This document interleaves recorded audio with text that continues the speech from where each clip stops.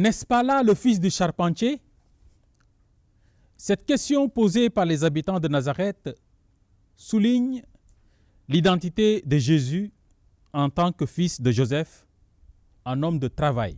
Joseph était reconnu comme un artisan qui a transmis à son fils l'importance du travail et de la dignité qui est associée. En tant que charpentier, Joseph a incarné le labeur quotidien, un aspect fondamental de la vie humaine, et a ainsi préparé Jésus à sa mission divine.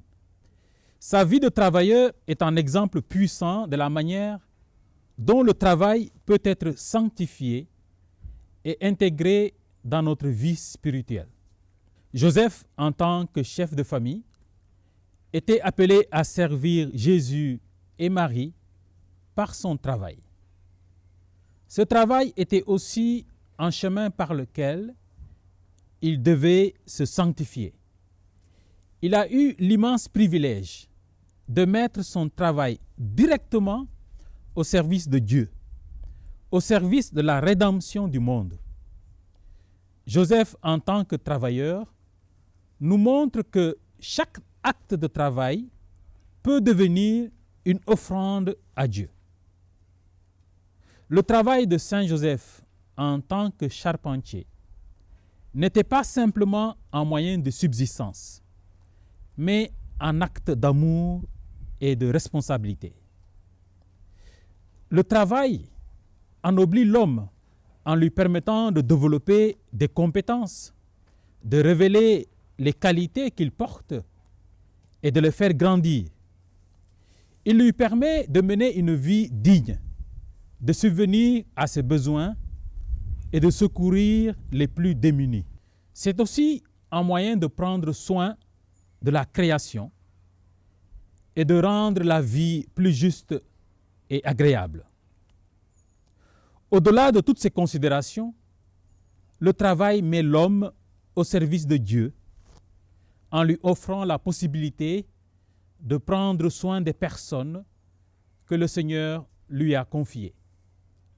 Joseph a donc pris soin de Marie et Jésus par son travail. Ce modèle de travail nous rappelle que chaque tâche, même la plus humble, peut être un acte de service et d'amour. Saint Jean-Paul II souligne dans Redemptoris Custos, au numéro 22, à notre époque, l'Église a mis cela en relief, entre autres par la mémoire liturgique de Saint Joseph artisan qui est fixée au 1er mai. Le travail humain, en particulier le travail manuel, prend un accent spécial dans l'Évangile. Grâce à son atelier, où il exerçait son métier, et en même temps que Jésus, Joseph rendit le travail humain proche du mystère de la rédemption. Joseph a travaillé pour Jésus, mais il a travaillé aussi avec Jésus. Il nous rappelle qu'il est bon d'accomplir notre travail dans la prière, en communion avec Jésus. Nous pouvons par exemple demander à Jésus son avis dans nos phases de réflexion, de mise en œuvre de nos projets. Nous pouvons lui demander de nous éclairer pour discerner si le travail que nous avons à accomplir est bien au service du salut, de la croissance humaine, du beau, du bien et du juste. Nous pouvons demander son assistance à travers les dons du Saint-Esprit dans l'accomplissement de nos tâches quotidiennes. Prions Saint Joseph. Ô Saint Joseph, montre-nous comment vivre notre travail avec intégrité et amour. Obtenez à tous les chômeurs un travail qui respecte leur dignité humaine et chrétienne.